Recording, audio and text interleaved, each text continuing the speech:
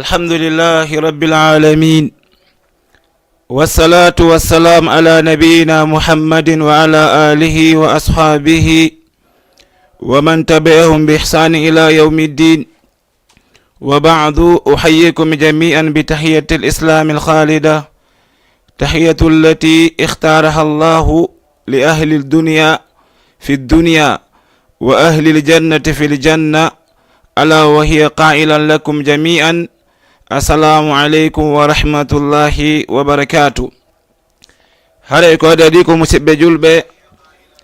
إن يتي الله تبارك وتعالى إن جولي إدو النبي مكة محمد صلى الله عليه وعلى آله وأصحابه باولون دون كنيو كدي مسبب جلبة مهيوريكم هيورانغو غاندان تيدما الله تبارك وتعالى نسوبي غودو هيورانغو في جلبة بن ko aduna ko be hiwrondira ko wono non kanyum kadi ko hiwrango yimbe aljanna ben ko de aljanna. Allahu tabaraka wa taala inni wal malaikatu yadkhuluna alayhim min kulli babin salamun alaykum bima sabartum fa ni'ma uqbad dar. Bimana yimbe aljanna malaika be natire be kala dambugal binne yo jang e kisal yo wonu e dow modon onon yo yimbe aljanna. Hare non mi hiwrori on goɗo hiwrango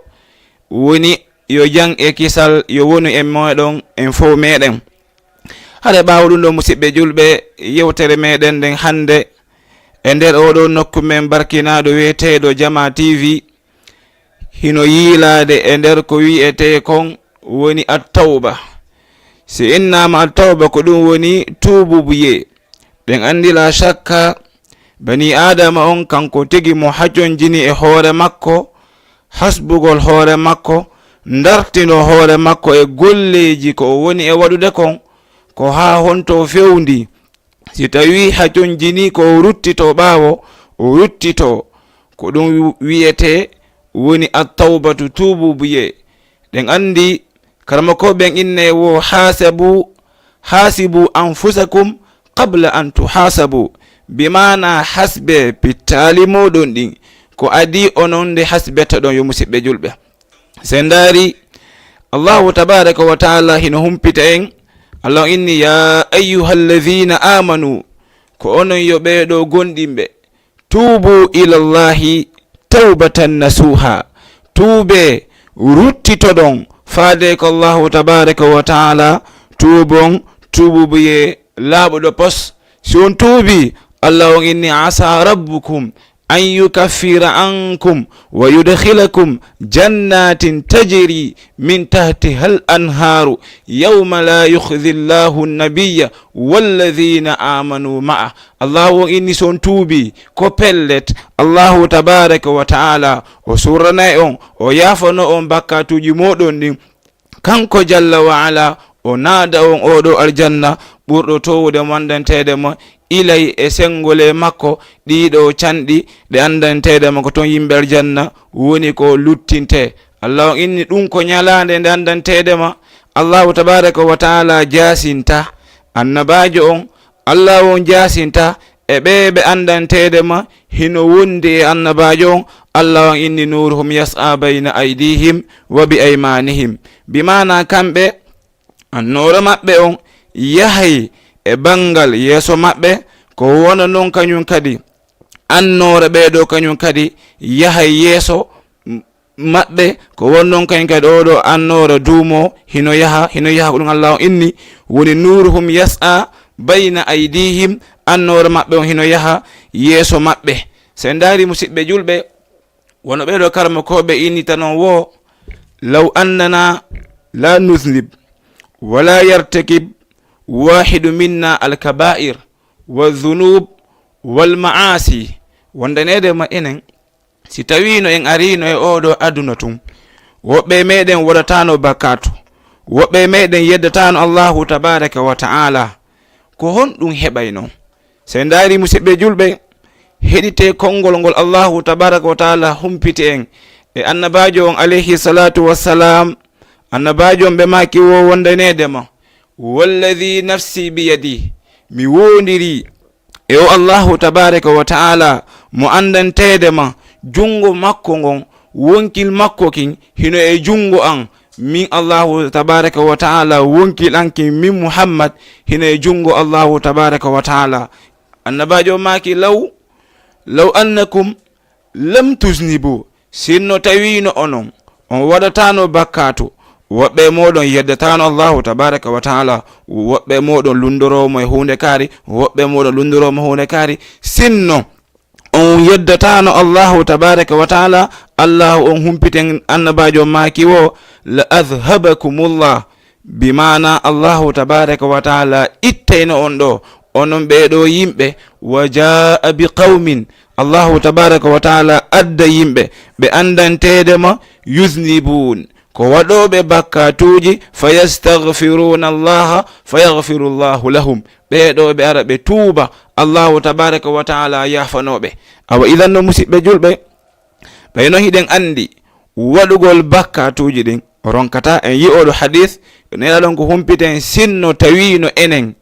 en yeddatano allahu tabaraka wa taala, allahu on ittayno en o adda yimɓe go ɓe andantede ma hiɓe yeddaymo ɓe tuuba allahu tabaraka wa taala yafanoɓe. kono heɗe ko honɗum iblis allahin, ko honɗum o inni iblisa ñande goo o ɓanti konngol o inni ya rab, allah on wa izzatuka wa jalaluk, mi wondiri e mangoral maɗa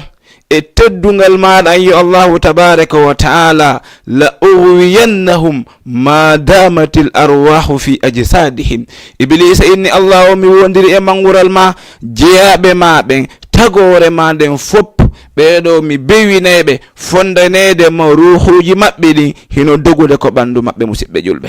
allahu tabaraka wa taala ko honɗum jaabi iblis, allah on inni wa izzati wa jalali la aghfirannahum ma damu yastaghfirunani. allahu akbar, allahu tabaraka wa taala e mangural makko o inni mi wondiri e teddungal an e mangural ma an min jalla wa ala, fondanede ma jeyaɓe ɓen hiɓe tuubude hiɓe ruttitade, wondanede ma mi yafantoɓe. subhanallah, e kala bakkatu e kala none mo wonɗa e waɗude, si a tuubi tun allahu tabaraka wa taala yafantoma e ngal ɗon gollal an yo bani adam. ko ɗum waɗi allahu tabaraka wa taala inni e hadithul qudusi jalla wala, inni ana inda zanna abdi bi, min dey lan e ko jiyaɗo an on sikkilan ɗon. allahu inni fa in dhakarani fi nafsihi, si jeyaɗo an on jantikelan e wonkil makko kin, allahu tabaraka wa taala inni dhakartuhu fi nafsi, min kadi mi jantotomo kañum kadi ko wonkil an. allahu jalla wa ala inni si tawi non o bani adam, wa in dhakarani fi mala'in dhakartuhu fi mala'ihim khairun minhum, si tawi bani adam jantike fi an min allahu tabaraka wa taala, bani adam on jantike fi an e dental goo, mi jantoto fi makko e dental ɓurɓe moƴƴude on ɗon kañum kadi. allahu tabaraka wa taala inni wa in taqarraba ilayya shibran, si bani adama on ɓatorike an arino tuuba o fontiyel cuɓal, allahu tabaraka wa taala inni taqarrabtu ilayhi zira'a, min kadi mi ɓantanayamo yer sogonal, mi aray mi ɓato mo yer sogonal. allahu inni wa idha taqarraba ilayya zira'a, si tawi jeyaɗo an ari e an fi tuubugol o ɓatorike an o fonti yer sogonal, allahu on inni taqarrabtu ilayhi ba'a, min kadi mi aray e makko mi fontanamo juɗɗen ɗiɗi, mi yafanomo e bakkatuji ko jogiti on fof. allahu on inni wa in atani yamshi ataytuhu harwalatan, bimana si tawi bani adama on o ari an min allahu tabaraka wa taala himo tuuba ruttito, himo arde an, himo gunda, himo dogude, himo gundude ara yan, allahu inni min mi aray e makko hara miɗo gunda, miɗo dogude, miɗo yeeso makko. ko yen faamu tum wondanede ma kala none ko arduɗo allahu tabaraka wa ta'ala fiyo yafanoma bakkatuji maɗi ko ya heɓu gonɗinal musidɗo julɗo anda wondanedema bakkatuji maɗi koɗi fotata fotude o allahu inni ana inda dhanna abdi bi lan e ko jeeya ɗon sikkimi ɗon si a sikki tun a felliti allahu tabaraka wa ta'ala yafantomo bakkatuji ɗin allahu inni wa in atani yamshi si tawi jeeyaɗo an on ari e an himo arude himo gundude allahu inni ataytuhu harwalatan min mi ara e makko hara miɗo gunda hara miɗo yacco mi holla wondanedema ko min ɓuratamo yafanade e bakkatuji ɗandantedema mo jogiti ko musidɗo heɗo o hadithul qudusi allahu tabaraka wa ta'ala inni e oɗo hadis jalla wala inni wondanedema yabna adam innaka law ataytani innaka ma yabna adam innaka ma da'awtani wa rajawtani ghafartu laka ala ma kana minka wala ubali allahu tabaraka wa ta'ala inni ka ayyo bani adam innaka no andey wondanedema ma da'awtani sanga kala nde fontuɗa juuɗe toriɗa lan wa rajawtani jortiɗa lan tanƴiniɗa ko toriɗa lan kon mi okkorte allahu tabaraka wa ta'ala inni wondanedema ghafartu laka ala ma kana minka wala ubali awa andu ayyo bani adam mi yafantoma bakkatu ko jogiɗa kon fo hay mi hajatake ɗum ɗo allahu inni artun an wondanedema si a ari an hiɗa tubude hiɗa ruttitade woni innaka ma da'awtani wa rajawtani sanga nde kala nde toriɗa lan tanƴiniɗa lan wondanedema mi okkorte ko toriɗa lan kon allahu tabaraka wa ta'ala ini honɗum ghafartu laka mi yafantoma mi surranama bakkatuji maɗi ala ma kana minka wala ubali e dendandangal bakkatuji ko jogitiɗa hay mi hajatake wowlowo hay mi hajatake e bakkatuji ko jogiɗa kon allahu tabaraka wa ta'ala inni kañum kadi yabna adam law balagat dhunubaka أنا السماء ثم استغفرتني غفرت لك ولا أبالي ko ayyo bani adam si tawi non bakkatuji maɗi ɗum ɗuuɗi heewi ha non tawi ɗum ɗon ari ha hewti ko hebbinta kammu ngun jalla wa ala inni si a tuubi tun si a yafinike tun allahu tabaraka wa ta'ala inni honɗum ghafartu laka mi yafantoma allahu inni ko anyo ɓiɗɗo adam yabna adam innaka law ataytani biqurabi al-ardi min khataya thumma laqitani la tushrik biya shay'an laqataytuka biqurabiha maghfiratan ayyo bani adam sinno ari e an a tawilan dargal ga hiɗa addori dolle bakkatuji ko andantedema hebbinay leydu biqurabil ardi tawa no ɓati ko hebbinta leydi tawa ɗum ɗon fof ko min khataya ko e bakkatuji summa non an istaghfartani a yafinike lan hara e on bakkatuji mo addorɗa ɗon la tushrik biya shay'an a sirkanali lan hay e hunde e on bakkatu ko addorɗa sirku ala e muɗum jalla wa ala inni honɗum ghafartu laka mi yafantoma an yo bani adam bakkatuji ko jogiɗa kon sabu a ari a laaɓi pos hiɗa marigoye dolle bakkatuji kono ɓayi toon shirku on ala e muɗum allahu inni mi yafantoma musidɓe julɓe mo huɓɓita on ɗo qissa goto maɗum hadith mandanteɗem ɓeɗo cheikh mouhammadul hasan no addi ko deftere maɓɓe wiyetede haqiqatu tawhid ɓe maki o ñalande dargal allahu tabaraka wa ta'ala adday bani adam on a wara o hewta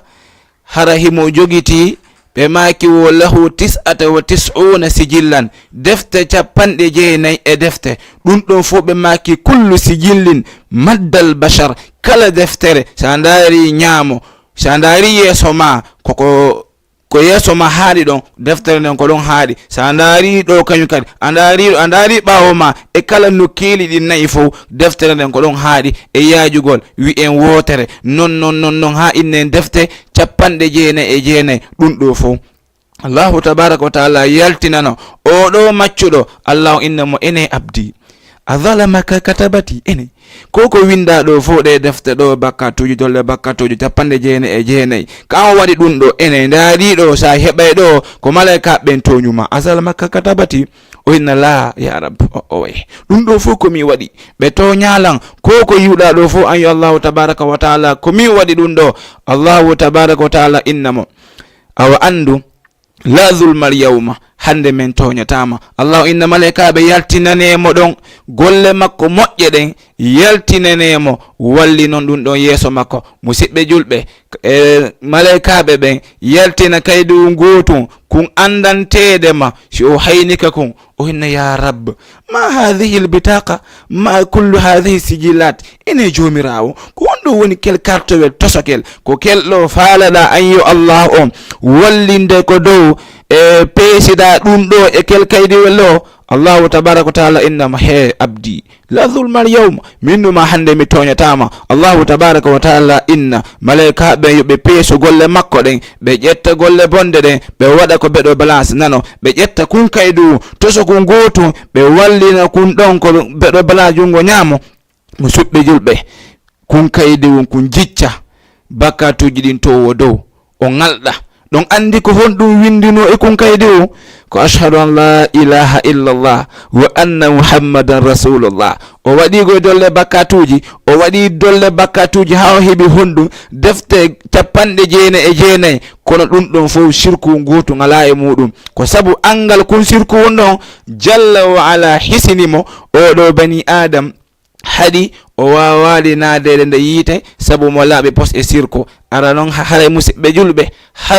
hadaran woni ko rentagol e ngal ɗo gollal wi'etega shirku en yi oɗo allah on innimo wondanedema yabna adam innaka law ataytani kan yo ɓiɗɗo adam o sinna arino e an bi qurabil ardi khataya ko ɓatoto hebbingo e leydi ndin bakkatuji ɗin summa stagfartani insinin tubuɗa hara la tushrik bihi shay'an la ataytuka bi qurabiha maghfira ma ɗum arɗa summa laqitani hawruɗa yan tawi a shirkanali lan allah o inni mi wayɗitante ɗi bakkatuji ma ɗo fo mi waɗana ma ɗum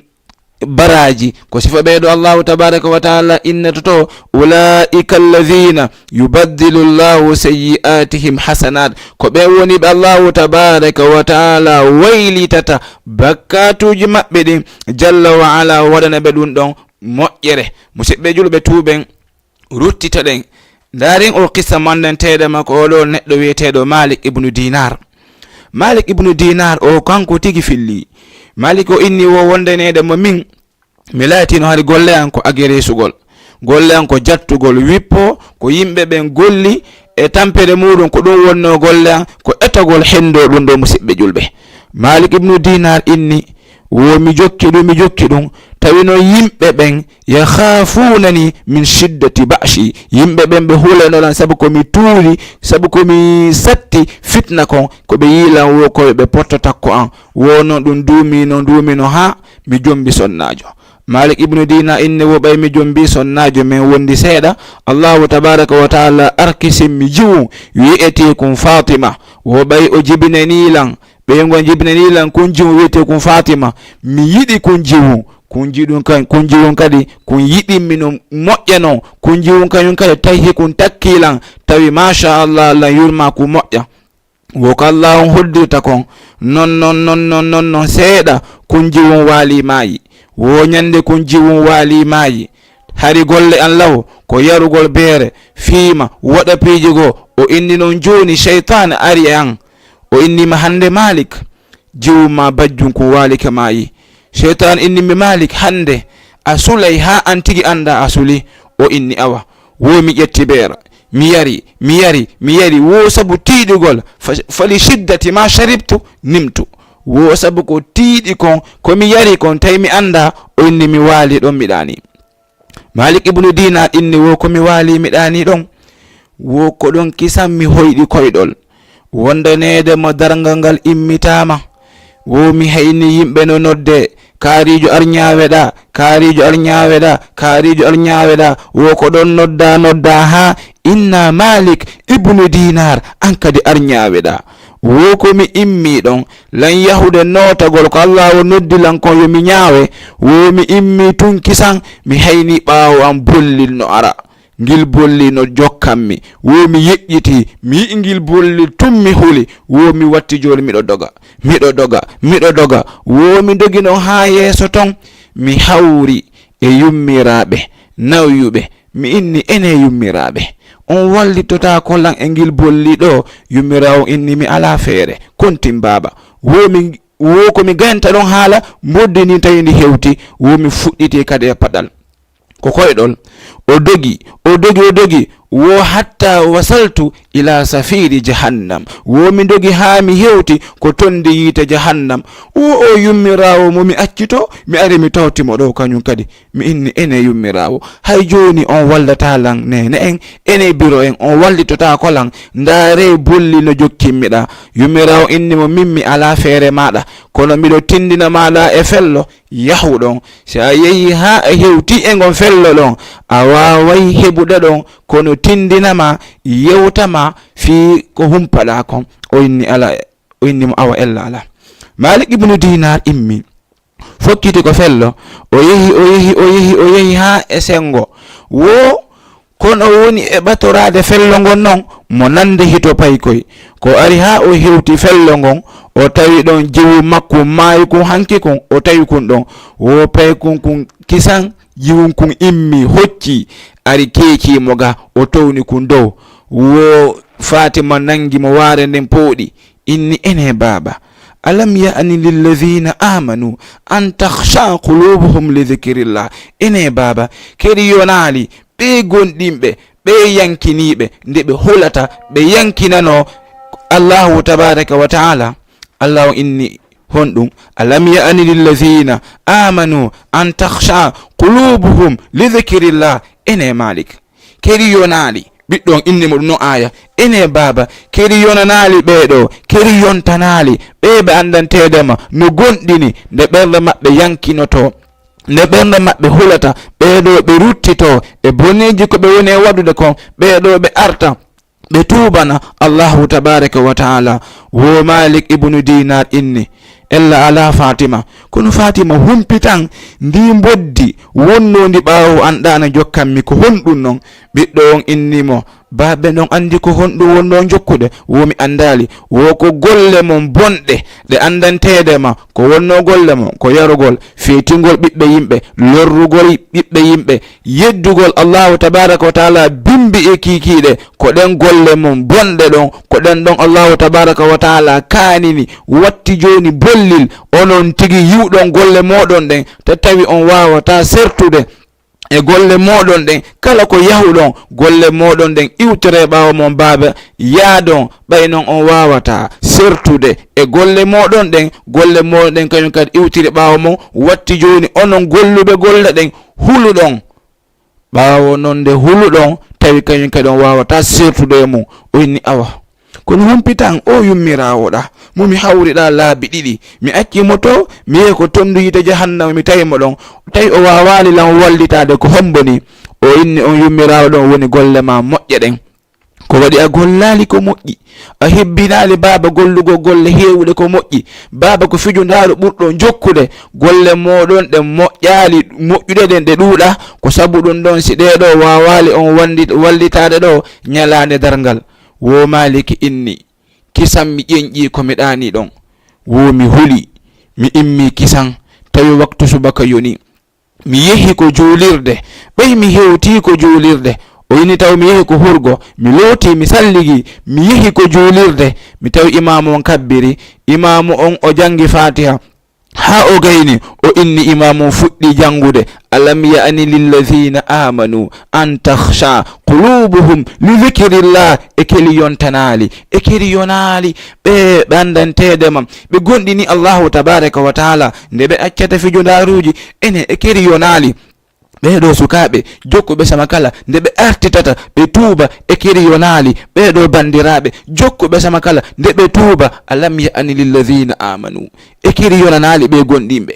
yontanali ɓe an takhsha qulubuhum li dhikrillah, ɓernde maɓɓe nden yankinano fi anditugol Allahu tabaraka wa taala. Malik ibnu Dinar inni ko ibi ɗon noon mi watti joni mi tuuɓi. o yi o filiɗo o qissa musidɓe julɓe o wontuno karamokojo windanɗo mofte ɗen ko julɓe ɓen jangganta feeno ɗo nafitora musidɓe julɓe, ko o woni Malik ibnu Dinar. ko ɗum so Allahu tabaraka wa taala inna en wondanedema e suratul al-Baqara, inna allaha yuhibbu tawabina wa yuhibbu almutatahirin. bimana kanko Allahu tabaraka wa taala himo yiɗi ɓeeɗo tuuboɓe e mo yiɗi kañum kadi ɓeeɗo laɓɓintintoɓe ɓe ruttito e laawol Allahu tabaraka wa taala ngal. so ndaari musidɓe julɓe hadis hawniɗo hadisul qudsi mo andantede mo ƴettama anna nabiya sallallahu alayhi wa sallama fima yahki an rabbihi azza wa jalla,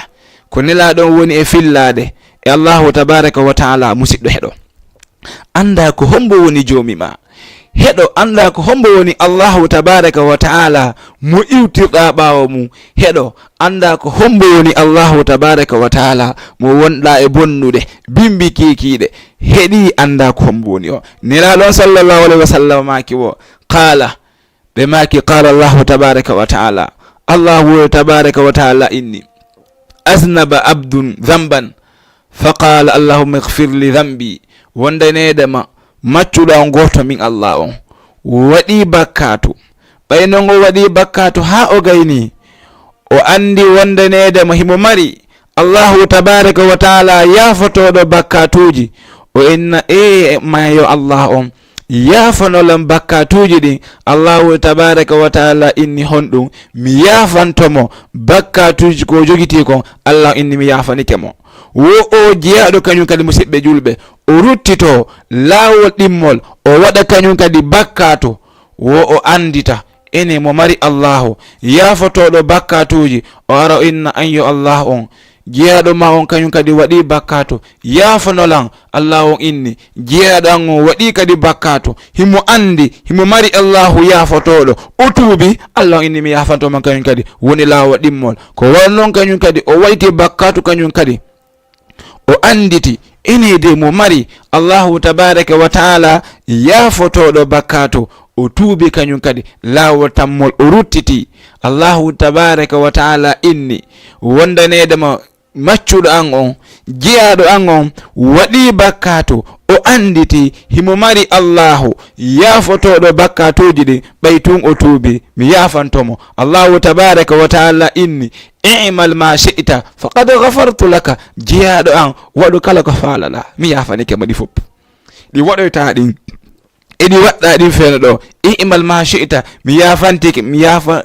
an kala ko waɗɗa mi yaafike fof. ko wona noon kañ kadi oɗo wiyeteɗo Abdul A'la o maki wala adiri a qala fi thalithati awi rabi'ati i'mal ma shi'ta. o inni hadis on no fillora noon mi yeggiti ko Allah o innuno si tawi koko laawol tammol walla ka laawol hikkitogol ɗongol woni gollu ko falɗa o mi yafanike ma. hareno musidɓe julɓe ko yen andi tum Allahu tabaraka wa taala ko yafotoɗo e kala bakkatu ko jeyaɗo woni ko jogiti kon. Allah on ko yaajuɗo yaafuye, Allahu tabaraka wa taala ko yaajuɗo goto kala ko yo andito eto tuuba ruttito e Allahu tabaraka wa taala. se ndaari ari e neɗɗo goto mandantedema oɗo ko wonnoɗo e wadde bakkatuji, kawtal makko ngal fof tawi no andirimo waɗugol bakkatuji. joni noon oɗo o nawni nawnare nde andantedema ko nawnare mayde, ɓay noon o nawni nde ɗo nawnare kanko tigi tawi o faami wondanedema koko musimo ɗo ɗum ɗo accatamo o maye woni ko honɗum o waɗi. o inni luɓelan kaye e bik o ƴetti ɗon o windi ɗiɗo bindi ɗe andantedema en wowle ɗiɗo joni. o windi ɗum ɗon ha o gayni, ɓay noon wukki ɗum ko jiifa ɓernde makko ne ɓaali seeɗa musidɓe julɓe oɗo o waali o maayi. imamujo on ɗon nodda awakarijo maayi, imamu are wallon en lootonmo juulenmo e surroyenmo torono ɗon mo onon yo imam. imam inni subhanallah, enen fof ɗen seediti bakkatuji o ko wonno wadde kon min mi juulata o mi lootatamo mi kasinginatamo ɗaɓɓe woɓɓe goo ɓe inni en laala sukaɓe goo ari no ɓorudemo e nder ko ɓe woni mo ɗon e ɓorude ɓe yii kaydi wum kon ko nder jiifa ɓe jangi ɗiɗo bindi ɓe inni ƴette kon kaydi wum kisan nodde imam ɓe nodditi imam tawi imam mutaki taw imam ɓay hewti ɓe inni imam inni nam ɓe inni kun ɗo kaydi wum nde koko nder jiifa makko woni komin tawi no windi acca ton mawɗo on fonti jangi ɗi bindi imam on gaynitaki ɗo wulli o inni accite mi kasinginaymo mi lootaymo en surraymo mi duwantomo hittinen mahin jangini bindi musidɓe julɓe oɗo ɓay o nawni ɗon andi ko honɗum o windi ton helo o inni ya rabbi in adumat dhunubi kathratan falaqad alimtu bi anna afwaka a'zamu in kana la yarjuka illa muhsinu فلمن يلوذ ويستجير المجرم أدعوك ربي كما أمرت تضرعا فإذا رددت يدي فمن ذا يرحم ما لي إليك وسيلة إلا الرجاء وجميل أفوك ثم أنني مسلم مسبح تيكو دي دو بندي أو ويندو نو يمودو جنجين دي بندي o inni wondanede nawnunoɗo on bandijo on o mo fo wonno wowlude ko ɗum waɗi musidɓe julɓe wota en ndaaru mbaadi neɗɗo on no o wayi noon ñaawa oɗo ko waɗi enen nahnu nahkum bizahir wallahu subhanahu wa taala yatawalla bisara'ir ɗen andi enen ko honɗum accira ɗen koko renuɗen kon koko holluma kon ko ɗum ñaaweten ko suuɗi kon enen wote ñaawu himo yarude wata innu o ko neɗɗo yiteni himo fiimude wata innu o ko neɗɗo yiteni himo wadde zina ta innu o ko neɗɗo yiteni acci ɗum ɗon allahu tabaraka wa taala innu mi torike yo allah on fewne walla ma acca ko wonɗa waɗɗo ko lanni kono enen ye en immo innen kaarijo ko neɗɗo yiite moƴƴa ndaren oɗo karamukojo o maaki o wondanedema ya rabbi in azumal dhunubi kasaratan o inni joomi an tawi mo windi ɗum ɗon ko jiifa makko si tawi mawni bakkatuji an ɗin sabu ko ɗi ɗuuɗi kon ɗi ɗuuɗi ha ɗi mawni kono min waɗɗo bakkatuji ɗin fadaqad alimtu bi anna afwaka a'zamu miɗo andi an yo allah on yaafuye ma on surraye ma on ɓuri mawnude lan andi an yo allahu tabaraka wa taala a yafantolan allah o yafanolan o inni in kana la yarjuka illa muhsinun o inni si tawi an yo allah on tañƴinotako a yafato ɗum si wona moƴƴinɗo tun awa haray faliman yaluzu wa yastajiru lmujrimu ene allah on koye hombo ɗaɓɓata faabo ɗaɓɓata yaafoye surranede bakkatuji ɗiɗo bandiji sifa an menen fo si tawi an a yafanike wo moƴƴuɓe ɓen awa menen ɓe bonɓe noon ko hombo yafanto ɓen subhanallah allah inni inna rabbaka wasi'ul maghfira joomi ma ko yaajuɗo surraye ko yaajuɗo ko yaafoto bakkatuji ɗin o inni no joni joomi an ad'uka rabbi kama amarta tadarru'a joomi an miɗo toradema wono yamirnaɗon miɗo toradema miɗo yankinade sabu ko an inni ud'uni astajib lakum torelam mi jaabinana on joomirawo mi torike ma yaafolan subhanallah o inni fa idha radatta yadi faman dha yarhamu o inni allah on ko mi tori maɗo ya yafanolan ya surranan si tawi an allah on a yafanakilan ko hombo yafantolan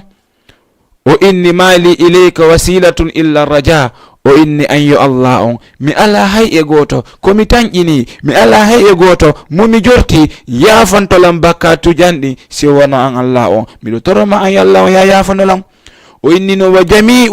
wa jamilu afwika thumma annani muslimu komi faala ko yaafuye ma labaɗo ko waɗi noon kañum kadi ɓawa ɗon miɗo jebbili miɗo tori hay joni ya yaafolan an yo allah on ene o windi ɗiɗo bindi ko ɗo ɗi gasi ene ko hombo arata inna oɗo ko neɗɗo yiteni fi kala oɗo wonno e waɗude e boneji ɗin fof ko reedino ɓiɗɗo ɓeya ko o warno ɓeya ko o feetinno oya ko o wanno ko o wan naam ɗiɗo fof ko dolle bakkatuji ɗe andantedema moƴƴa so duumike ɗum ɗo ha o mayiɗi e muɗum no hasi ko allahu tabaraka wa taala lettamo kono noon kañum kadi waɗɗaki e dow meɗe musidɓe julɓe toɗɗagol inna oɗo wondanedema ko yimɓe yiite o jeeya fi kala ɗe anderimo e dolle bakkatuji toranomo yo allahu tabaraka wa taala fewnumo toranomo yo allahu tabaraka wa taala yo artinmo ko wan noon kañum kadi allahu tabaraka wa taala inni e suratu annajmi alladhina yajtanibuna kabaira al ithmi wal fawahisa illa lamam woni ɓe ɓandantedema hiɓe pottito bakkatuji mawnuɗi ɗin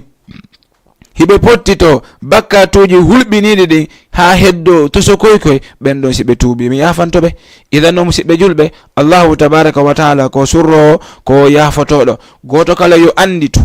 ñande o waali o maayi ko kanko tun woni ko o naɓete ñande luttiti kanko tun e golleji makko ɗin nde ñande o nanoye konngol ngol andantedema si o yoɓanoki golle moƴƴuɗe konnu yoɓete lakara allahu inni fatazawwadu fa inna hayra zadi taqwa yoɓe lakara ko ɓuri moƴƴude ko yoɓete kon lakara ko kulol allahu tabaraka wa taala allahu inni wa alzamahum kalimata taqwa wa kanu ahaqqa biha allahu tabaraka wa taala sembiniriɓe kulol allahu tabaraka wa taala inni ɓe laatike hari ɓe handuno e ngol ɗon konngol allahu inni wa man yattaqillaha yaj'al lahu makhrajan kalon huluɗo allahu tabaraka wa taala allahu waɗana emo yolndede ko o yaltira tawa o mapotako nde o heɓi ande o ɓay tummo huli jalla wa ala allahu inni mi surranaymo mi yafantomo bakkatuji makko o jogi ɗo kon ko ɗum waɗi oɗo ñande o waali o maayi o heɓay konngol goto so o wattana liila malakajo on innemo ma allah on innayemo abdi dhahabu ayna alladhina wada'uka honto ɓe adduɓe ma ɗo ko kaburu ɗo dhahabu wa tarakuka ene jeeyaɗo ɓe yehiɓe accima ɗo wa fi turabi wada'uka ɓe koko mbullani ko ɗon ɓe waɗuma ɓe accuma ɗo kadi lopal allah inni wallahi walaw dhallu maka ma nafa'uka si tawino ɓe goto ɓe luttuno ɗo o wawatanomo nafude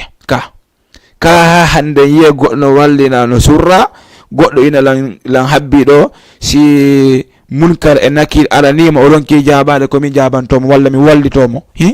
ko ɗum allah o inni walaw dhallu ma'aka haysi ɓe wondino e maɗa ɓe nafatama ko ɗum allahu tabaraka wa taala inni wallanedama qul li ibadiya alladhina asrafu ala anfusihim la taqnatu min rahmatillah inna allaha yaghfiru dhunuba jami'a innahu huwa alghafuru rahim allahu inni kanyo muhammad wi'an ɓe maccuɓe an ɓe ɓandantedema ɓe ɓurtini ɓe fantini ɓe waɗi dolle bakkatuji hewɗi woto ɓe caƴo yurmede ande min allahu tabaraka wa taala ko waɗi inna allaha yaghfiru dhunuba jami'an allahu tabaraka wa taala yafoto dandanagal bakkatuji ko honno wonno golle ma ko zenugol inna allaha yaghfiru dhunuba jami'a ko honno wonno golle maɗa ko fimugol inna allaha yaghfiru dhunuba jami'a ko honno wonno golle ma ko wujjugol inna allaha yaghfiru dhunuba jami'a ko honno wonno golle ma ko hunde kaari anduɗa mari jomirawo si a tuuɓi tun o yafoto musidɗo tuubu si a tuubi allahu tabaraka wa taala yafoto ko waɗi innahu huwa alghafuru rahim allahu tabaraka wa taala ko kanko woni hirnotoɗo kanko woni surrowo bakkatuji jeeyaɓe ɓen yurmeteɗo jeeyaɓe ɓen ko ɗum allahu tabaraka wa taala inni inna alladhina taabu wa aslahu wa atasamu billahi wa akhlasu dinahum lillah fa ulaika ma almuminin وسوف يؤتي الله المؤمنين أجرا عظيما الله تبارك وتعالى إن الذين تبتين بمباندن تيدما تابوا بتوبي وأصلحوا بمؤجنتني دان عندي النبي عليه الصلاة والسلام ماكي حديث وأتبئي سيئتك الحسنة تمهها سيأودي بكاتو a tuubi nelaɗo maaki jokkintin boneji maɗi moƴƴi allahu tabaraka wa taala tamhuha woni moƴƴireji ko wonɗa wadde ko kanji woni ko efasata dolle bakkatuji maɗi ko jogginoɗa kon ɗum so allahu inni no ɓe tuubuɓe wa aslahu ɓe moƴƴini golleji ɗi wa'tasamu billah ɓe jogitori sabi allahu tabaraka wa taala ɓe jogiti allahu tabaraka wa taala wa akhlasu dinahum lillah ɓe laɓɓini dina maɓɓe kan ɓe laɓɓini tuubuye on fo ɓe waɗi ɗum sabi allahu tabaraka wa taala haranaya accu ha nandantede ma aduna on gayni fima innaɗa tuubude ɗon andi ko hombo no way wona o ɓeyrawo mandantede mo yeehi ko terrain jouegol so ari o fuɗɗike jougol pay ko enna minen min jouidata e gore baɓe amen ha helo men moɓɓe inawa joni macciti jougol ballon o accita jougol ballon ko ballon accitimo ko wono noon kañum kadi oɗo onna joni o yaha ko soirée mawɓe nawyuɓe o fuɗɗo ɗon so poyti tu goɗɗo innamo mi amidata e gore baɓe ngan dey oɗo inna hon ɗum hande kadi mi acciti yawgol soirée o accita yawgol soirée ko soirée woni ko accitimo musidɓe julɓe idan noon goto kala koyo tuubu ko adi yo hewtude nelaalon alayhi salatu wassalam ɓe makenen hadith igtanim 5 qabla 5 eto tonoroɗa heɓa intérêt piiji joyi ko adi piiji joyi no arde ɓe maaki ko marɗa ɗon jawdi gollan ko adi yo jawdi ndi lannude ɓe maaki ko wonɗa ɗon hettare tawa ɗa mari temps ɗa mari waktu ɓe maaki gollan ɗon waktu ma o ko adiya heɓude occupation ɓe maaki sukayagal mangal gollal ngal ko adiya nawyude on yi sukayagal mangal fo ko ɗon moƴƴirtama fo ko ɗon bonitama musidɗo julɗo allahu tabaraka wa taala o imminali ha hande annabaɓe mawɗo bal jalla wa ala ko payi koye woni e nelude ndaren annabi ibrahim nde o lancuno sanamuji ɗin ɓay landama ko hombo boni ɗi sanamuji man faala hadha bi alihatina ko hombo heeli ɗum ɗo waɗi ɗi sanamuji amen ko honɗum ɓe inni sami'na fatan yadhkuruhum yuqalu lahu ibrahim min nannude fi suka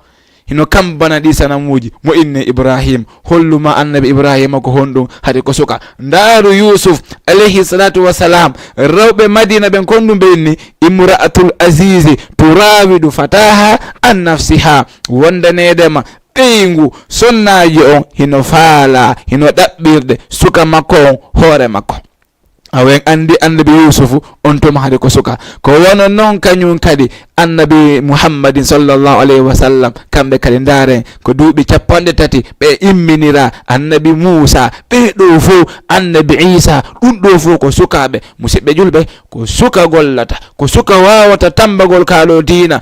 dina yaara yeeso musidɓe julɓe tinnoɗen ruttitoɗen tuuɓen allahu tabaraka wa taala anditen inni wa akhlasu dinahum ɓeɗo ɓe laɓɓini dina maɓɓe kan ɓe tuubi allahu inni fa ulaika ma al muminin ɓeɗo ɓe wondoyay e gonɗimɓe ɓen ko aljanna allahu on inni wa sawfa yu'ti llahu almu'minin ajran azima allahu tabaraka wa taala inni ko pellet mi okkoray gonɗimɓe ɓen joddi mawnudi nde andantedema no wodani ɓe ɗum ɗon ko ñala e nder ngal musidɓe julɓe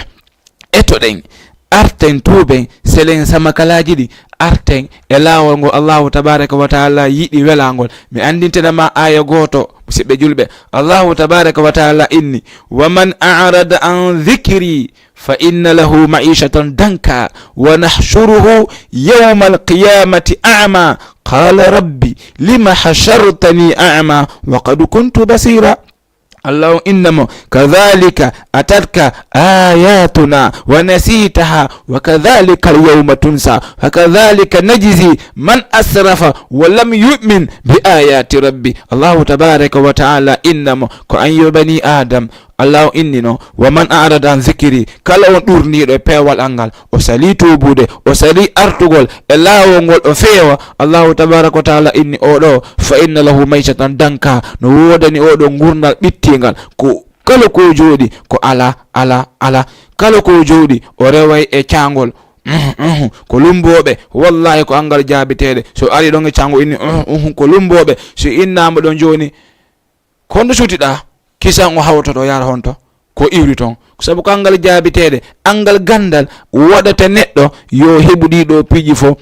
e ɗurnagol mo peewal ɗurnagol mo oɗo qur'anu karim. ɗum so Allah inni wa man arada an dhikri, kala on ɗurniɗo e peewal an on fa inna lahu maishatan danka, no wodani oɗo gurdal ɓittiɗam. Allah on inni wa nahshuruhu yawma alqiyamati a'ma, min immintine o ñalayandanga hala ko bunɗo. qala inna rabbi joomi an